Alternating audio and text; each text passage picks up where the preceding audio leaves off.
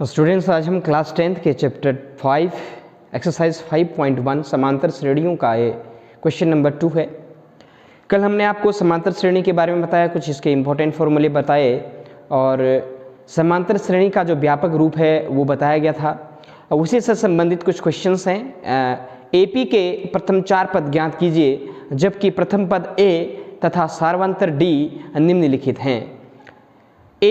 First question में आपको a equal to 10, d equal to 10 और दूसरे में a equal to -2, d equal to 0। तो ये कुछ क्वेश्चंस हैं जो व्यापक रूप हमने पढ़ा था इसका, उसके हेल्प से हम इसके सार्वंतर और प्रथम पद की सहायता से इसके प्रथम 4 पद निकालेंगे। a बराबर 10 है, d बराबर भी 10 दिया गया है, AP के हमको प्रथम 4 पद निकालने हैं। स्टूडेंट्स अब ध्यान से देखिए, एपी के प्रथम 4 पद निकालने के लिए हम व्यापक समीकरण जो हमने पढ़ी थी इसके व्यापक रूप की बात कर रहे थे। उस व्यापक रूप में हमने देखा था प्रथम पद को a, दूसरे को a प्लस डी, तीसरा a प्लस 2d और चौथा a प्लस 3d। चौथा कह रहे हैं तो आपने देखा होगा a4 इक्वल टू हो रहा था a प्लस 3d, एक कम 3d हो जा रहा है। यहाँ पर a3 है तो 2d, a2 है तो d। तो ये आपको याद करने का तरीका है। तो प्रथम 4 पद लिखने हैं तो 1 2 3 4 पद हो जाएंगे a4 तक a plus 3d। Value put कर लेंगे a और d की वैल्यू, तो आप पाएंगे a की जगह 10, a की जगह 10 और d की जगह भी यहाँ पर 10 ही रखना है।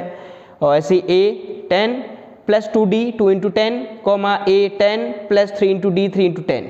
सॉल्व कर लेंगे, इसको मल्टीप्लाई कर लेंगे और ऐड कर लेंगे तो हम पाएंगे 10 प्लस 10 20, 10 2 जा 20, 10 3 जा 30 और इन सबको ऐड कर लेंगे तो ये आएगा 10 पहला, दूसरा 20, तीसरा 30, चौथा 40। तो ये कुछ सिंपल सा क्वेश्चन था, मैंने आपको इसको लॉन्ग मेथड में करके दिखाया है। आप इसको इजीली जो है सॉल्व कर सकते हैं। ए और डी की वैल्यू आपको गिवन है जहाँ पे। चलिए कुछ क्वेश्चन और उठा लेते हैं इसके। a equal to -2, d equal to 0। ध्यान से देखिए, आप पहला पद a -2 है और इसका डिफरेंस जो है, जो सार्वंतर है, कॉमन डिफरेंस है वो 0 है। तो श्रेणी कैसे आएगी, देखिए ध्यान से। तो प्रथम 4 पद a, अगेन फॉर्मूला वही रहेगा a, a plus d, a plus 2d, a plus 3d, a1 a2 a3 a4। Value put कर लेते हैं, a इक्वल टू -2 g और d इक्वल टू 0, -2 प्लस 0, फिर -2 plus 2 into D 2 into 0, -2 plus 3 into 0। तो आप 0 से मल्टीप्लाई करते किसी नंबर को तो 0 हो जाता है। तो हमारे पास वैल्यू आ जाएगी -2, -2 प्लस 0 -2 ही होता है, और 2 इंटू 0 0, 3 इंटू 0 0। तो इसको आप सॉल्व करेंगे तो आपके पास -2 -2 -2 -2 आएगा।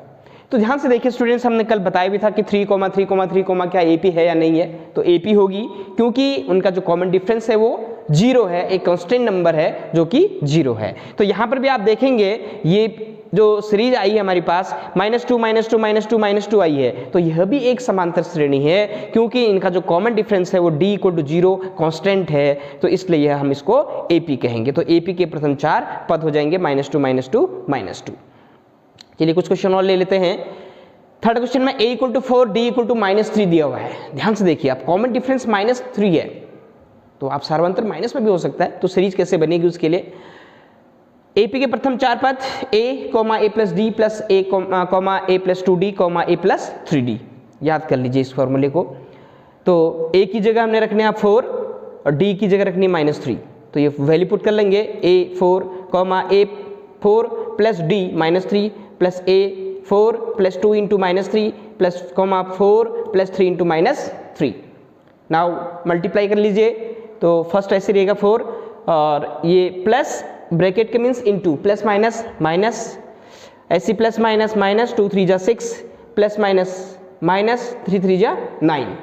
सेपरेट कर लीजिए तो 4 माइनस 3 1, 4 6 -2, बड़ी संख्या का डिजिट, सॉरी जो बड़ी डिजिट होती है उसका साइन आ जाता है। तो 6 बड़ी डिजिट है तो माइनस का साइन आएगा, -2, 4 -9 -5। तो देखिए ध्यान से आप इसको सीरीज को, यह भी एक समांतर श्रेणी का निर्माण कर रहे हैं जिसमें कि कुछ नंबर पॉजिटिव हैं और कुछ नेगेटिव भी हैं। तो ऐसा सीरीज भी हमारी एक समांतर श्रेणी है जिसमें प्रथम पद 4 और उनका कॉमन डिफरेंस -3 था।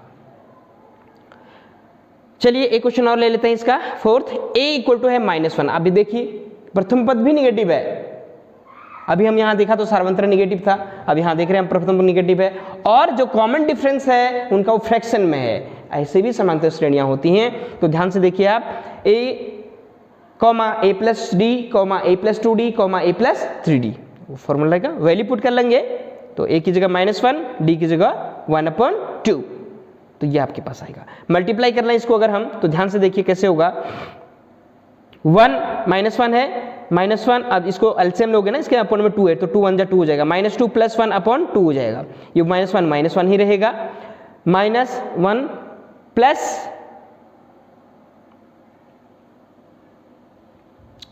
क्योंकि ये 2 से 2 कैंसिल हो गया, ध्यान से देखो यहाँ पर ये 2 से 2 कैंसिल हो गया, 2 × 1/2 है ना, तो 2 से 2 क्या हो गया कैंसिल, तो ये -1 और ये +1 माइनस, इसको 2 से मल्टीप्लाई कर ले यहाँ, तो 2 1 जा 2, -2 + 3 1 जा 3/2, सिंप्लीफाई कर लेंगे इसको भी तो हम पाएंगे -1, और ध्यान से देखिए -2 + 1 है, एक प्लस एक माइनस तो सब्ट्रैक्ट हो जाएगा, 2 में से 1 घटाएंगे तो 1, बड़ी डिजिट 2 है उसका साइन माइनस है तो माइनस आएगा, -1/2, -1 + 1 कैंसिल हो गया 0, कॉमा -2 + 3 सब्ट्रैक्ट हो जाएगा, बड़ी डिजिट 3 है उसका साइन प्लस है तो प्लस का साइन आएगा तो 1/2, 3 में से 2 माइनस का 1/2।